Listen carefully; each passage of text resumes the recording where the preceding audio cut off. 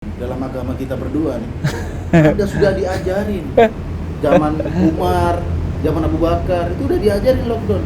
Coba zaman Aristoteles, zaman Galileo, ada nggak Anda lockdown? Ha?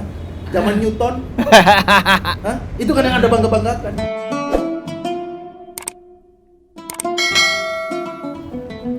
Assalamualaikum warahmatullahi wabarakatuh. Sudah lama saya gak bikin konten sama Coki Muslim. Sudah lama sekali. Meskipun kita aktif jalan-jalan untuk ngobrolin tentang banyak hal di berbagai kota. Nah, saatnya sekarang bikin konten. Tapi kita bikinnya di rumah dan tetap pakai masker. Cuman karena ngomong, kita buka dulu. Tetap jaga jarak juga. Sebenarnya saya dari dulu bukan cuman jaga jarak secara fisik. secara keimanan harus selalu jaga jarak juga dengan mereka. Itu yang lebih penting ya. Itu yang lebih penting. Jaga jarak iman ya. Kalau terpengaruh bahaya. Nggak, jadi kita hari ini mau ngobrolin tentang corona. Jadi kita akan ngobrolin apa saja yang dari sepanjang mungkin 2 minggu nih ya. Udah 2 minggu kita terpapar corona sejak awal di Depok. Banyak hal di masyarakat yang jadi pertanyaan, jadi kebingungan, khususnya kaitannya dengan agama. Nah, kita akan obrolin hari ini. Lim, Ada beberapa pertanyaan sih. ada beberapa pertanyaan yang itu mungkin mewakili pertanyaan masyarakat selama 2 minggu ini. Dan kaitannya pasti dengan agama. Karena kaitannya sama agama, biar yang beragama yang nanya. Kenapa pakai sayap malaikat? Sudah menunjukkan biar beda. Nah, ini kan positioning saat ini mah kita yang bisa menyelamatkan kan adalah selain vaksin adalah agama. Itu juga bisa menyelamatkan. Kan sekarang nih musim wabah ya, wabah corona. Sorry, kita bawa bahasa yang masjid apa tata cara beribadah. Ini dulu, jangan takut corona. Oh ya. Propaganda itu. Ya, sekarang ini lagi musim corona, tapi orang-orang yang beragama nih, saya nggak semua ya, beberapa tuh kayak menggembor-gemborkan jangan takut pada corona, takutlah pada Allah. Iya.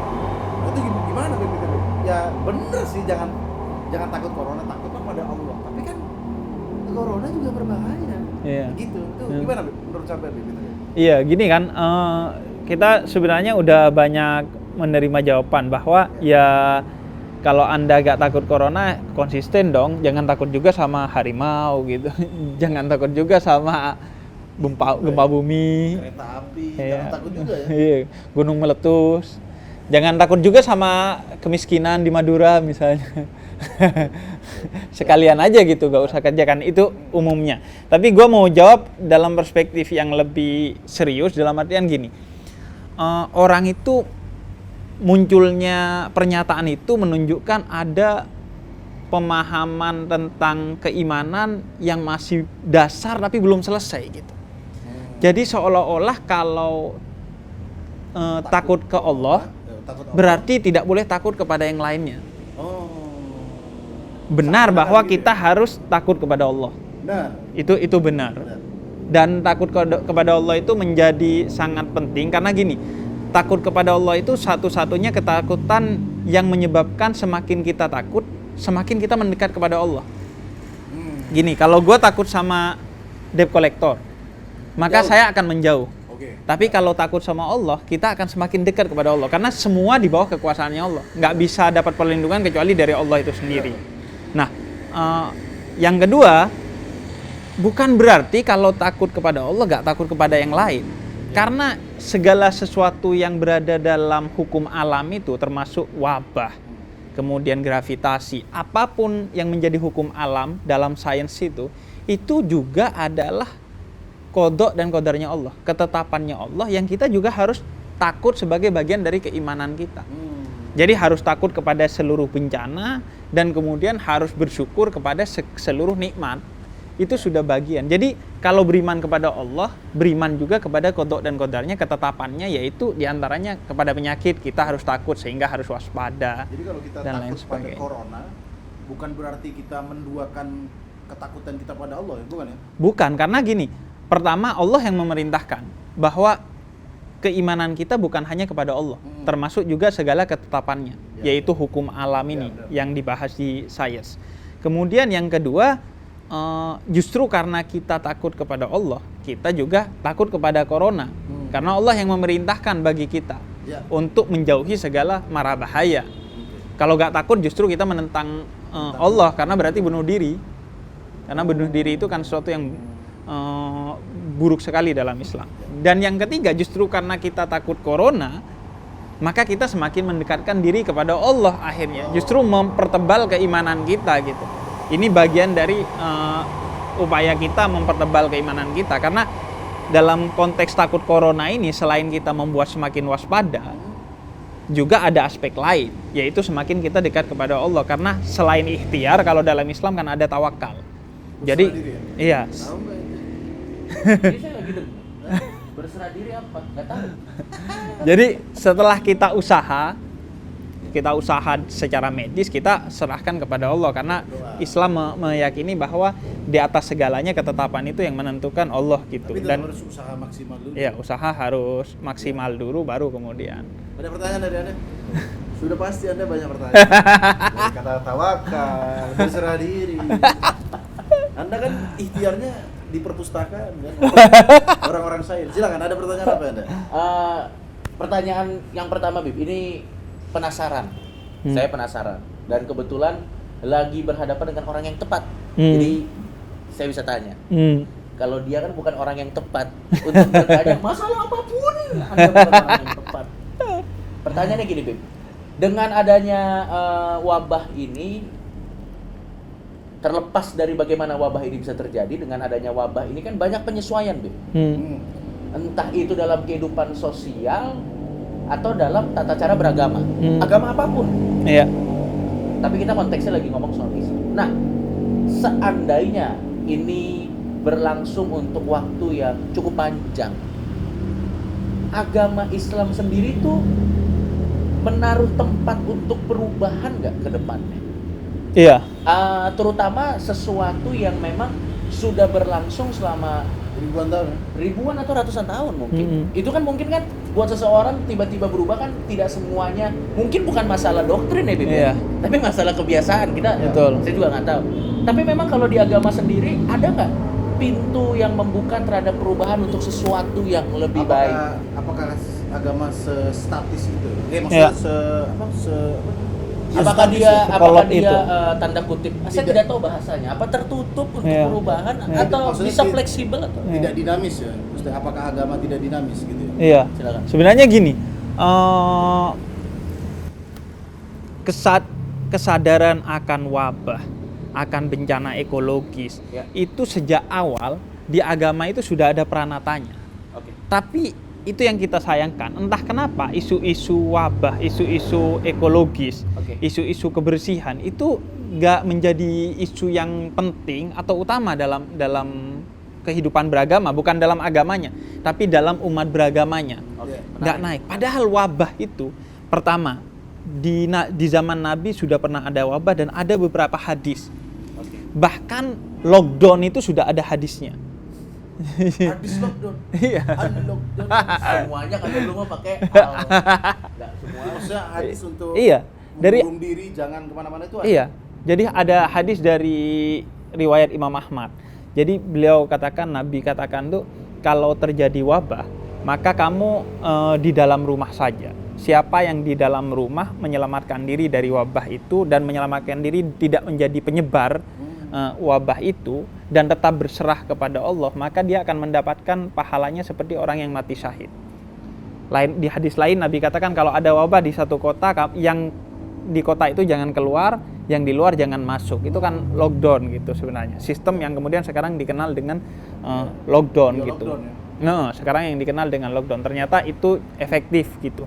Artinya, tapi ini sudah ada sejak 1400 tahun yang lalu. Di zaman Sayyidina Umar juga gitu. Sayyidina Umar mau masuk ke Syam, tapi karena ada wabah akhirnya mengurungkan diri, membatalkan diri. Kemudian disindir sama salah seorang sahabatnya. Kamu takut wabah gitu, kamu kan pemberani gitu. Kemudian kata, kamu menghindari takdir Allah. Kata Sayyidina Umar, ya saya lari dari satu takdir Allah ke takdir Allah yang lain gitu. Karena itu kan bagian dari hukum alam. Jadi udah ada sudah 1400 ribuan tahun Iya, lalu. tapi itu gak naik ke permukaan gitu. Isu ekologis, isu wabah Lihat itu. Coki, dalam agama kita berdua nih, ada sudah diajarin. Zaman Umar, zaman Abu Bakar, itu udah diajarin lockdown. Coba zaman Aristoteles, zaman Galileo, ada nggak Anda lockdown? Ha? Zaman Newton, Hah? Itu kan yang Anda bangga-banggakan. Siapa lagi? Karl Marx. Sains ya. Siapa lagi yang Anda nggak ngajarin lockdown? Hah? Atau jangan-jangan ilmuwan-ilmuwan itu yang nemuin virus ini? Hah? Yang Anda bangga-banggakan? Ya, cuman itu juga sih. Jadi sejak awal Islam memberikan perangkatnya. Oleh karena itu, kalau orang tuh berdebat soal saya mau ngotot sholat berjamaah atau sholat Jumat, padahal peranatanya sudah dibangun gitu. Ya, jangankan ada wabah gitu, ada hujan yang deras banget, sholat berjamaah aja boleh menjadi sebab untuk kita di rumah aja sholat jamaahnya. Berarti Bib, misalnya dalam konteks kita berbicara mengenai agama Islam karena lo expertnya atau lo paham. Misalnya di satu daerah tertentu ada bencana ekologi yang berkepanjangan sehingga menuntut orang-orang di sekitar situ untuk beradaptasi dengan bencana ekologi tersebut atau wabah atau apapun itu. Tidak apa-apa kalau kita melakukan segala sesuatu. Berubah ya berarti ya? Karena supaya jadi, bisa beradaptasi. Atau memang ada hal-hal tertentu yang... Iya, jadi kalau kita bahas banyak sekali poin-poin yang menurut Islam kalau terjadi wabah, maka diantaranya tadi lockdown, kemudian dan lain sebagainya. Jangan memonopoli.